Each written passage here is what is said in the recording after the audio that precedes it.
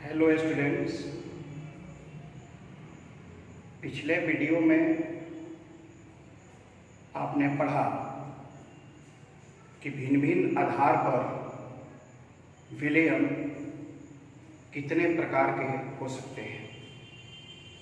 उसी कड़ी को आगे बढ़ाते हुए आज आप सीखेंगे कि घोलक के आधार पर विलयन को कितने भागों में बांटा जा सकता है। किसके आधार पर? घोलक के आधार पर, विलायक के आधार पर।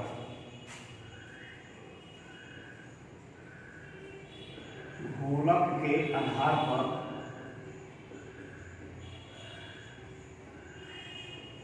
विलयन यानी घोल के प्रकार। जैसा कि आप जानते हैं कि घोलक को विलायक भी कहा जाता है। तो विलायक कहें और चाहे घोलक कहें, कल ही बताए थे, दोनों से एक ही है। जो अच्छा लगे, जो सुविधाजनक हो, उसका प्रयोग करें। तो इस आधार पर जो आपका घोल होगा दो तरह का हो सकता है। एक होगा जलीय घोल और दूसरा होगा अजलीय घोल। पहला होगा जलीय घोल, दूसरा होगा अजलीय घोल। अंग्रेजी में इसको एक्वस सॉल्यूशन और इसको नॉन एक्वस सॉल्यूशन कहेंगे। नाम से भी सब कुछ पता चल जा रहा है। जलीय घोल से साफ स्पष्ट है कि वैसा घोल जिसमें घोलक जल हो, वैसा घोल जिसमें घोलक क्या हो? जल हो। तो वैसे घोल को हम जलीय घोल कहेंगे। इसमें क्या लिख सकते हैं? वैसा घोल जिसमें घोलक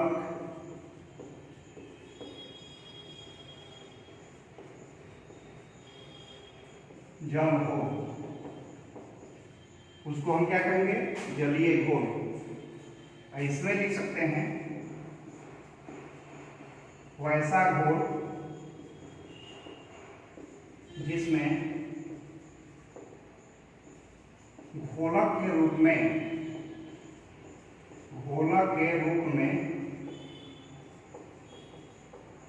जल के अलावे कोई दूसरा पदार्थ घोलक के रूप में जल के अलावे कोई दूसरा पदार्थ हो। बात स्पष्ट है। अगर घोलक जल नहीं है, कोई दूसरा पदार्थ है, तो उसको अजलीय घोल कहेंगे। और जिस घोल में घोलक जल है उसको हम जलीय घोल कहेंगे। इसको उदाहरण द्वारा आप समझें। इसको मिटा दे रहे हैं।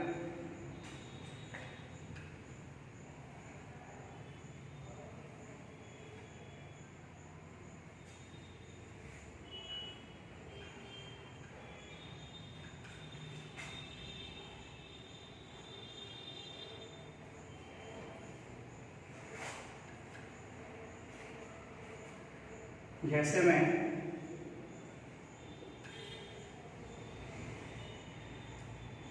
आपका दे दे चीनी प्लस जल से बना हुआ घोल, तो निश्चित रूप से यहाँ पर जल क्या है? घोलक है। चीनी क्या है? घुल्ले है।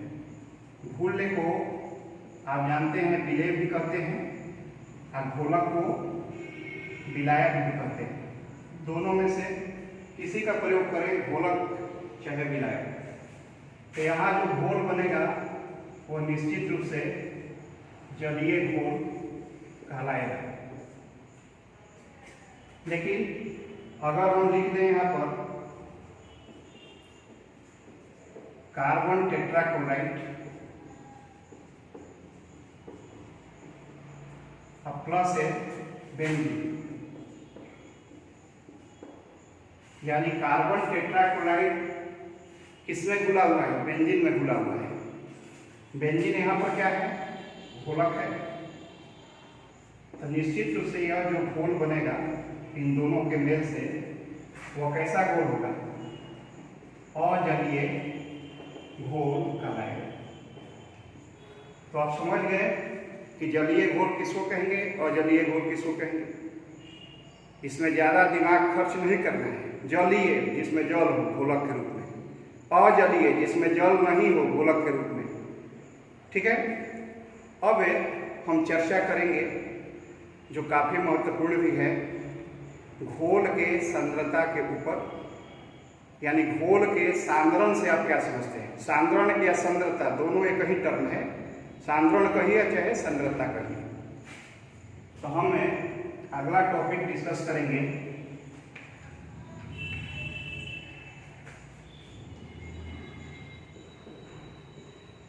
घोल की सांद्रता, या इसको सांद्रण कहेंगे। अंग्रेजी इसका होगा कॉन्सेंट्रेशन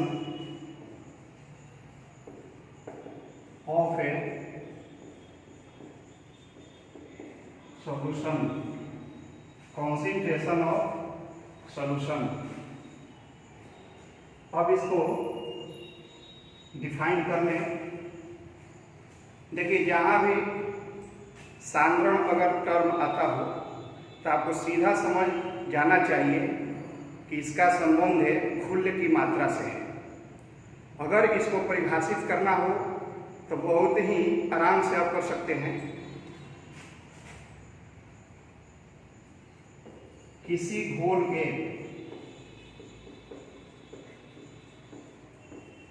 इकाई आयतन में अथवा घोलक के इकाई द्रव्यमान में घुल्य की मात्रा किसमें होना चाहिए? ग्राम में, को घोल का सांद्रण कहते हैं। किसी घोल के इकाई आयतन में अथवा घोलक के इकाई द्रव्यमान में घुल्य की जो मात्रा होगी उसी को घोल का सांद्रण कहते हैं। देखिए, यहाँ पर जो घोलक का इकाई द्रव्यमान आया है, यह सिर्फ एक जगह प्रयोग में आएगा जब आप मोललता के बारे में पढ़ेंगे। 11वीं क्लास में भी आपने पढ़ा है, मोललता में घोलक वाला आएगा, हर जगह घोल ही प्रयोग में आता है। अब आपको जानना चाहिए कि घोल की सांद्रता कई तरह से व्यक्त की जाती है, यानी कि घोल की सांद्रता को व्यक्त करने की अनेक विधियां हैं जिन्हें हम सांद्रता पद के नाम से जानते हैं। तो अब हम जानेंगे कि सांद्रता पद के अंतर्गत कौन कौन आएंगे, इस पर अब हम लोग चर्चा करेंगे। ठीक है, इसको मिटा दे रहे हैं।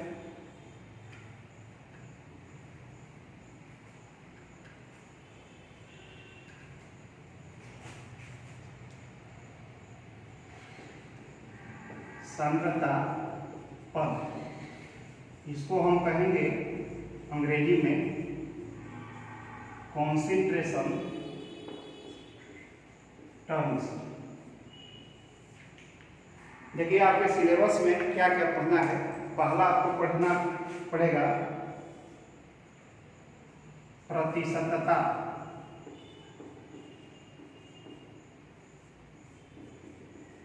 परसेंटेज। दूसरा आपको पढ़ना है मोलरता,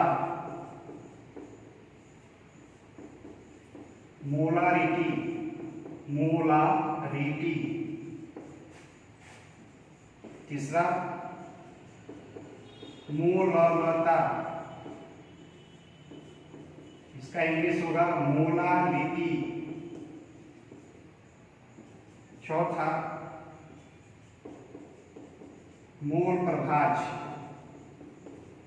इसको मोल अंश भी कहेंगे, इसका इंग्लिश होगा मोल फ्रैक्शन।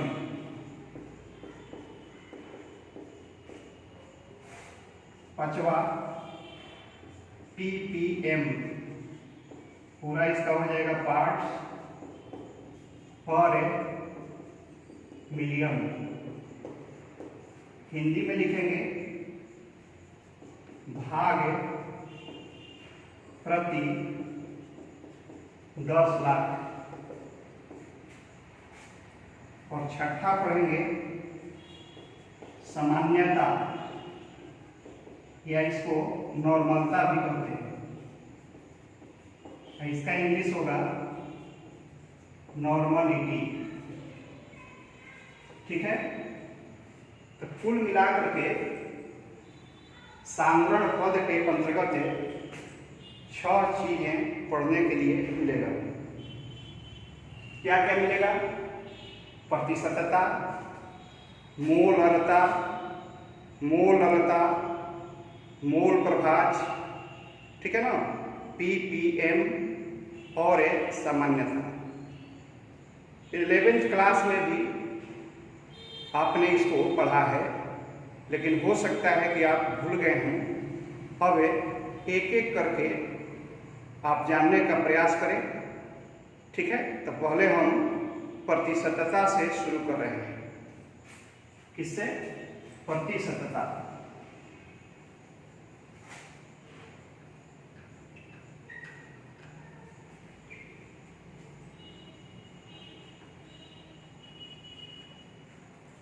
देखिए, प्रतिशतता में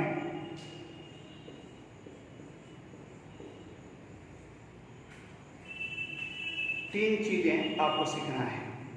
सबसे पहला द्रव्यमान प्रतिशतता, इसको प्रतिशत भी कह सकते हैं। द्रव्यमान प्रतिशतता कहिए चाहे प्रतिशत कहिए, दोनों एक ही चीज है। इसको हम लिखेंगे W/W %।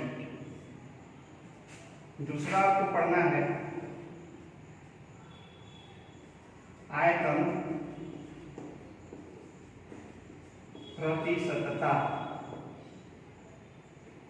इसको शॉर्ट में हम दिखाएंगे V/V % या %।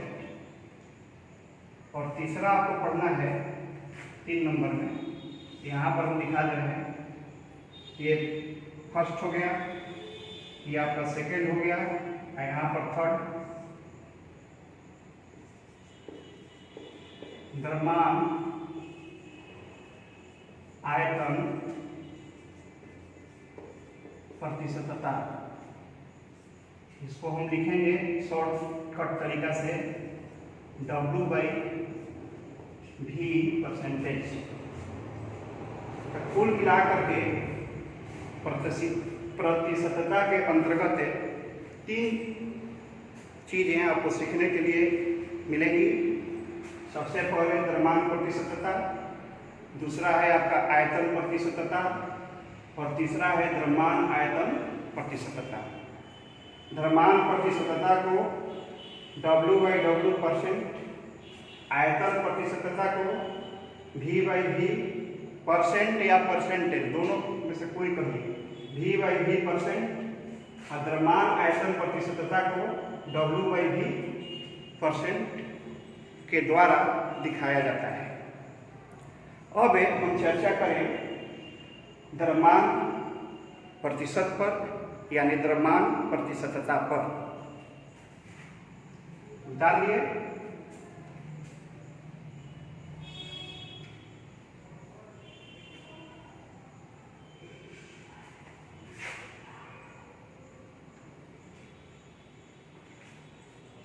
पहला आपका है द्रव्यमान प्रतिशतता, इसको आप दिखा सकते हैं W/W परसेंटेज, ठीक है ना, या ऐसे भी लिख सकते हो परसेंटेज W/W। ये सब का अर्थ है कहीं लिखने का तरीका अलग होगा, मीनिंग सेम होगा। अब देखिए आपको मैं एक चीज इसमें बताना चाहूंगा। देखिए ऊपर में W है अंश में, हर में भी W है, तो अंश वाले का संबंध घुल्य से होगा, विलय से होगा, और जो नीचे हर में W दिया है उसका संबंध घोल से होगा। क्लियर? ऊपर जो W है उसका संबंध है घुल्य से, और नीचे जो W है उसका संबंध है घोल से। याद रखें, घोल हमेशा 100 में लेना पड़ेगा। अगर W है तो ग्राम लेंगे 100 ग्राम, अगर भी है तो 100 ml लेंगे घोल के लिए। क्लियर हो गया? तो ऊपर जो यहाँ पर W है इसका संबंध किससे है? घुल्य से, और इसका संबंध किससे है? घोल से। अब इसको डिफाइन करना हो तो आप कैसे डिफाइन कर सकते हैं? देखिए आप आराम से करेंगे, लिखेंगे 100 ग्राम घोल। 100 ग्राम क्या? घोल। घोल हमेशा 100 में ही लेना है। 100 ग्राम घोल में मौजूद घुल्य की मात्रा किसमें? ग्राम में, को द्रव्यमान प्रतिशतता कहते हैं। 100 ग्राम घोल में, चूंकि यहाँ पर W है ना, तो यहाँ भी ग्राम लगेगा और नीचे वाला घोल को इंडिकेट कर रहा है। तो 100 ग्राम घोल में मौजूद घुल्य की मात्रा, ऊपर W है या घुल्य को इंगित कर रहा है, तो यहाँ घुल्य की हम क्या लिखेंगे? मात्रा। और मात्रा किस में होना चाहिए? ग्राम में, को द्रव्यमान प्रतिशतता कहते हैं। अब इसको एक उदाहरण के द्वारा आप समझिए, उदाहरण से और स्पष्ट हो जाएगा। पहले इसका फॉर्मूला भी आप लिख सकते हैं कि इस लैंग्वेज को अगर हम सूत्र के रूप में लिखें तो क्या लिख सकते हैं। देखिए पहले सूत्र ही आपको बता रहे हैं, फिर आपको एग्जाम्पल देंगे।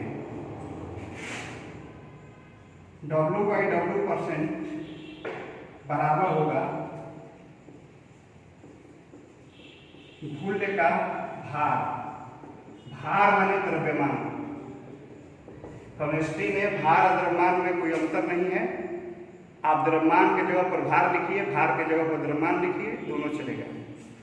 बटा में घोल का द्रव्यमान चाहे घोल का भार, गुना कितना? 100। देखिए W माने वेट, वेट माने भार, तो ये किसका आएगा? घुल्य का। तो घुल्य वाला देखिए ऊपर है, और नीचे जो W है ये अभी भारे है, लेकिन किसका प्रयोग होगा? किसके लिए यह आएगा? तो घोल के लिए आएगा। तो नीचे में आपका क्या हो गया? घोल का भार। अब परसेंट है तो 100 पर निकाला ही जाता है, तो 100 से उसमें क्या करेंगे? गुना करेंगे। तो ऊपर में याद रखिए घुल्य रखना है, और नीचे में क्या रखना है? घोल। इसमें 100 से क्या करना है? गुना कर देना है। अब एक चीज और आपको मैं बताना चाहूंगा। जैसा कि आप जानते हैं कि घुल्य प्लस घोलक से घोल बनता है। द्विअंगी घोल में आपने पढ़ा था कि घुल्य और घोलक घटक के रूप में होते हैं। तो घुल्य और घोलक मिल करके क्या बनाते हैं? घोल बना लेते हैं। तब तो आप लिख सकते हैं घुल्य का भार चाहे द्रव्यमान प्लस घोलक का भार बराबर घोल का भार। याद रखिए, काफी महत्वपूर्ण फॉर्मूला है। आप चाहें तो घोल का भार की जगह पर आप लिख सकते हैं घुल्ले का भार प्लस घोलक का भार। अगर दोनों में से मान लीजिए कि घुल्ले का भार आपका दिया है, घोल का भार दिया हुआ है, तो घोलक का भार क्या कर सकते हैं, निकाल सकते हैं। 3 गो टर्म यहाँ पर है, घुल्ले का भार, घोलक का भार और घोल का भार। इनमें से अगर कोई 2 दिया है तो तीसरा इस फॉर्मूला से आप क्या कर सकते हैं, निकाल सकते हैं। क्लियर हो गया? ये काफी महत्वपूर्ण है। घुल्ले का भार और प्लस घोलक का भार बराबर होगा घोल का भार। ठीक है? तो इस फॉर्मूला के द्वारा भार प्रतिशतता पर सवाल यानी द्रव्यमान प्रतिशतता पर सवाल बना सकते हैं। अब मैं इसको उदाहरण के द्वारा समझाना चाहूंगा।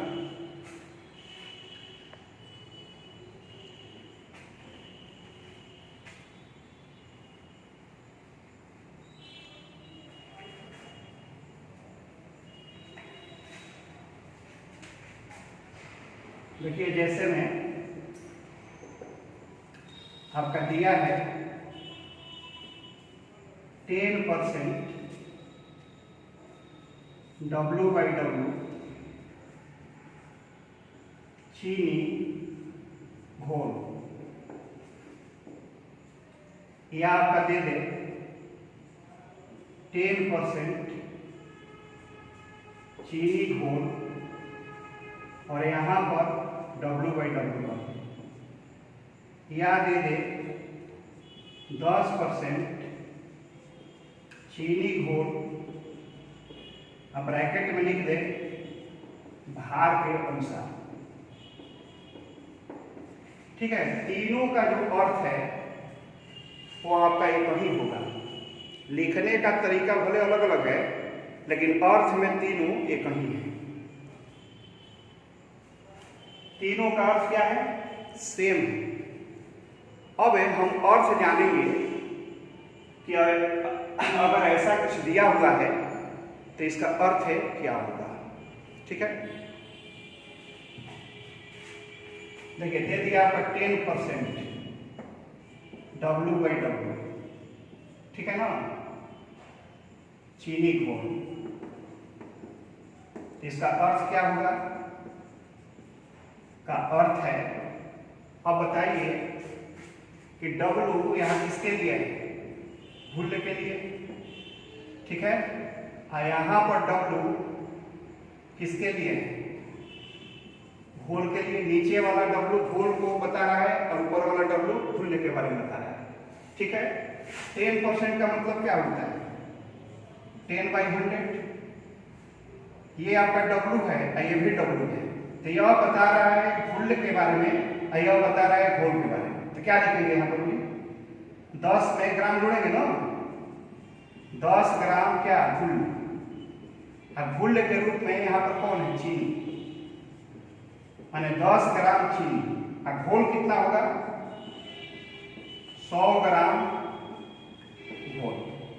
तो 10 ग्राम घुल यहाँ पर बीच में कर दीजिएगा, मौजूद है 100 ग्राम घोल में। इसका यही अर्थ निकला। 10% W/W जो भी देगा तो ऊपर घुल, नीचे वाला घोल, तो क्या हो जाएगा इसका अर्थ? 10 ग्राम घुल मौजूद है 100 ग्राम किस घोल में। बात समझ में आ गई? कोई इसमें संशय और शंका नहीं है। अब इस पर एक सवाल आप बना सकते हैं। देखिए, इस पर क्वेश्चन कैसा आ सकता है, इसको आप नोट कर लेंगे।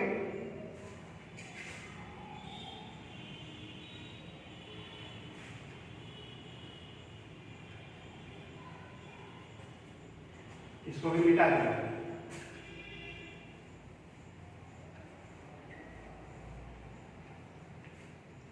क्वेश्चन दे दे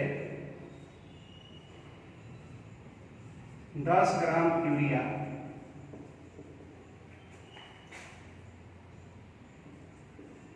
40 ग्राम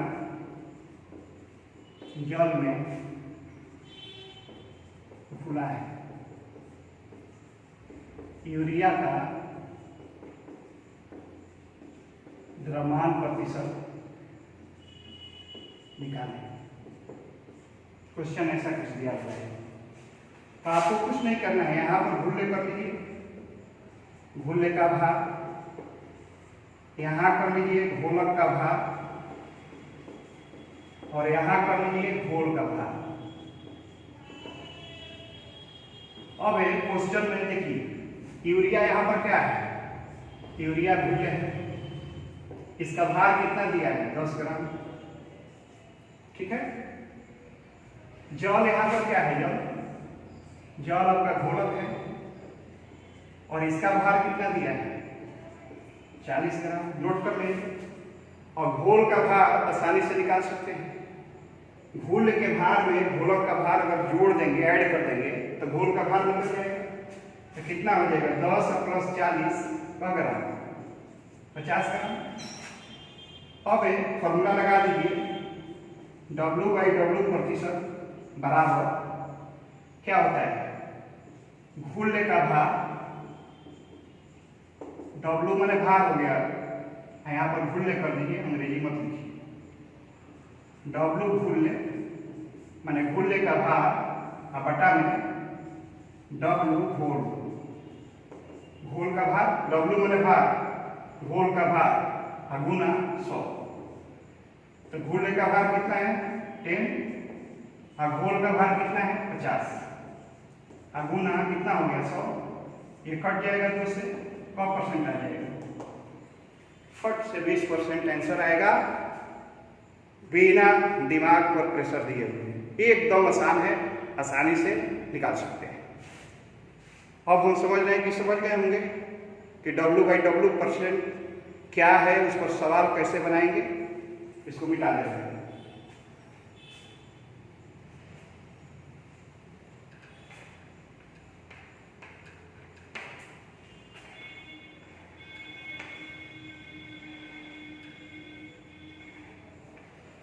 अब दूसरा इसमें है आयतन प्रतिशतता, इसको हम V/V परसेंटेज भी लिखेंगे।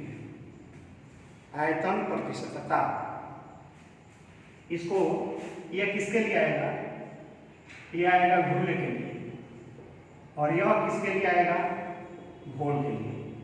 आयतन है तो ml में होगा, घोल हमेशा 100 में लेना है, 100 में लेना पड़ेगा, तो क्या लिखेंगे 100 ml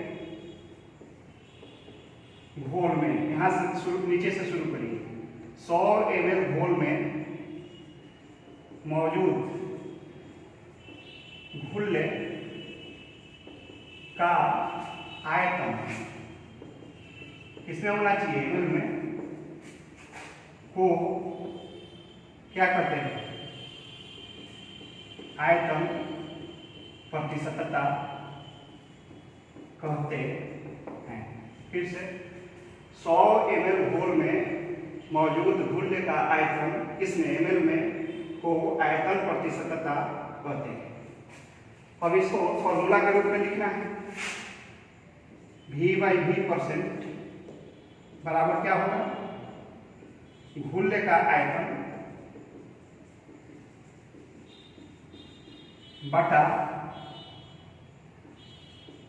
घोल का आयतन गुना 100। देखिए यहाँ भी जो है घुल्ले के लिए और यहाँ भी जो है घोल के लिए, तो ऊपर में घुल्ले का आयतन, नीचे में घोल का आयतन और गुना कितना 100। अब मान लीजिए इस पर सवाल बनाना हो तो इस फॉर्मूला से सवाल बना सकते हैं। अब इस पर देखें उदाहरण कैसे बनेगा क्वेश्चन, इसको मिटा देना।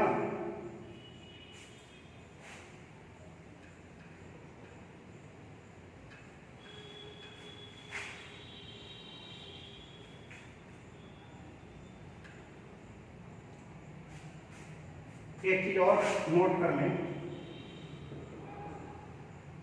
घुल्ले का आयतन प्लस घोलक का आयतन बराबर घोल का आयतन।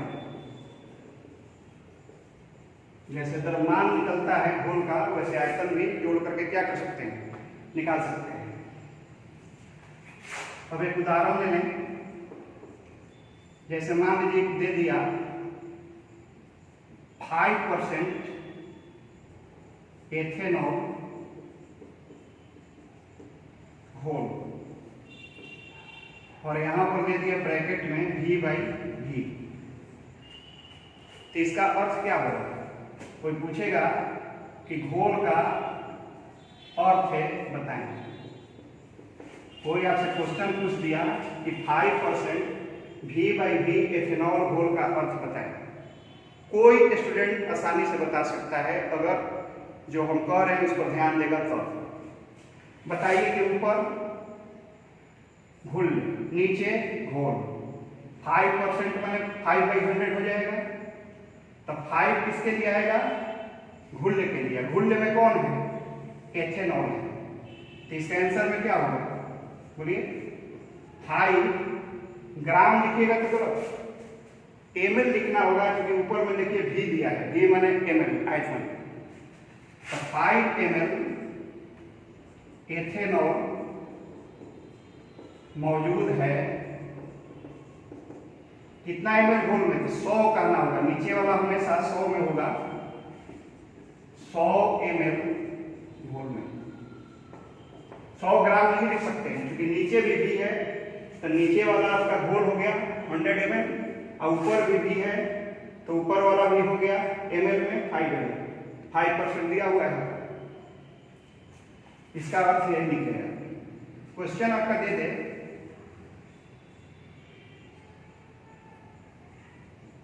5 ml एथेनॉल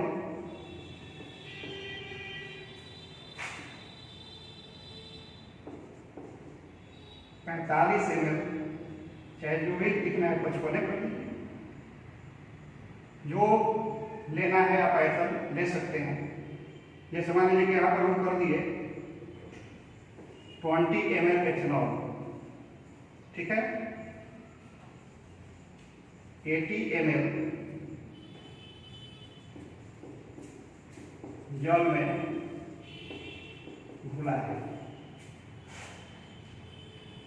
एथेनॉल का आयतन प्रतिशतता निकालना।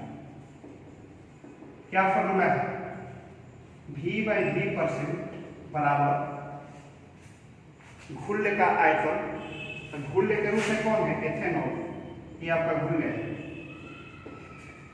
जल यहाँ पर क्या है? घोलक है, ठीक है। तो घुल्ले का आयतन कितना दिया है? 20 बटा में होता है घोल का आयतन। तो घोल का आयतन तो नहीं दिया है, घुल्ले का दिया है और घोलक का दिया है।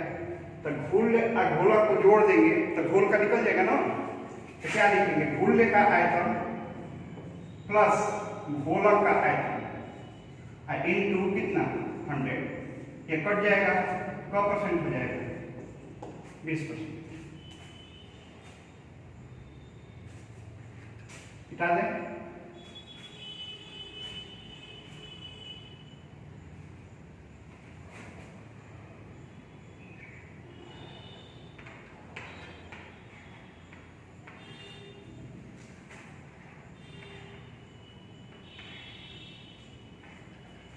अब तीसरा, भार आयतन प्रतिशतता W/V परसेंटेज। अब इसको परिभाषित करना है, तो आप बताइए, आराम से बताइए क्या लिखेंगे। बोलिए, पहले यहां से शुरू करें कि घोल के लिए आएगा, घोल हमेशा 100 में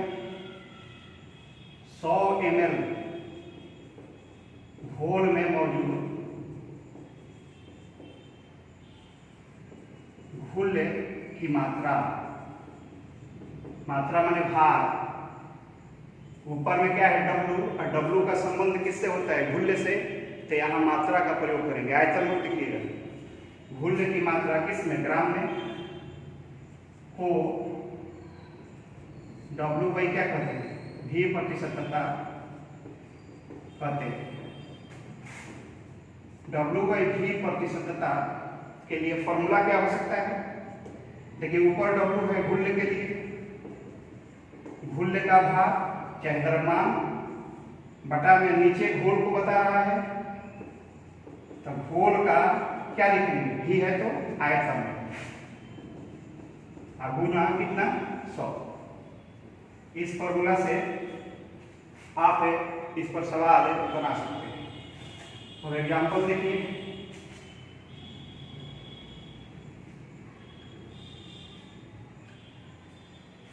जैसे मैं दे दिया 5% यूरिया घोल, और यहां दे दिया W बाई V ब्रैकेट में। 5% W बाई V यूरिया घोल, इसका अर्थ क्या निकालेंगे? चलिए बताइए, इसका अर्थ क्या निकलेगा? बोलिए 5 ग्राम होगा कि ml? तो ऊपर देखिए W है तो ग्राम, 5 ग्राम क्या? तो यूरिया, यूरिया घुल्य है। इसका अर्थ क्या निकलेगा जी? 5 ग्राम यूरिया, यूरिया माने घुल्य, उपस्थित है चाहे मौजूद है कितना? नीचे आपका V है घोल, घोल 100 में लिया जाता है, अब V है तो ml, 100 ml घोल में। इसका अर्थ यही निकलेगा। अब क्वेश्चन बनाना हो, इस पर एक क्वेश्चन ले लें। 10 ग्राम यूरिया 40 ग्राम जल में घुला है। अब यहां देखिए ऊपर है W और नीचे है V। यूरिया यहां पर घुल्य है, तो बताइए ग्राम यहां लिखना उचित है? निश्चित ग्राम होगा, क्योंकि ऊपर में क्या है? W है, W तो ग्राम में होगा। नीचे क्या है? V, V बता रहा है घोल, किसके बारे में बताइए? V बता रहा है आयतन के बारे में, तो ग्राम होगा। तो यानी कि क्वेश्चन रॉन्ग हो जाएगा, ऐसा क्वेश्चन नहीं बनेगा। 10 ग्राम यूरिया, तो W बाई W वाला हो गया।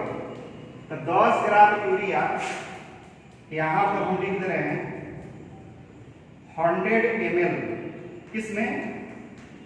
घोल में। 10 ग्राम यूरिया 100 ml घोल में घुला है चाहे मौजूद है, दोनों में से कोई लिख सकते हैं। अब क्या निकालना है? W बाई V प्रतिशतता क्या करें? निकालना। फिर से क्वेश्चन देख लीजिए, W ग्राम यूरिया, यूरिया यहां पर क्या है? घुल्य है, कितना? 100 ml घोल में मौजूद है। W बाई V प्रतिशत क्या करें? निकालें। तो W बाई V प्रतिशत बराबर होगा, क्या फॉर्मूला होता है? भाग किसका? घुल्य का, आयतन किसका? घोल का, V माने आयतन हो गया, I इंटू कितना? 100। तो बताइए घुल्य का भाग क ग्राम दिया है? 10। अब घोल का आयतन कितना दिया है? 100 ml, 100 कर दें, अब गुना कितना? 100। ये कट गया, क परसेंट आंसर है? 10%। तो इस तरह से आप W बाई W प्रतिशत, V बाई V प्रतिशत और W बाई V प्रतिशत पर आधारित सवाल बना सकते हैं।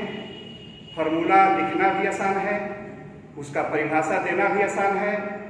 अब अगले वीडियो में हम मोलारता, मोललता, मोल प्रभाज पर हम क्या करेंगे? डिस्कस करेंगे। अगले वीडियो का इंतजार करें। धन्यवाद।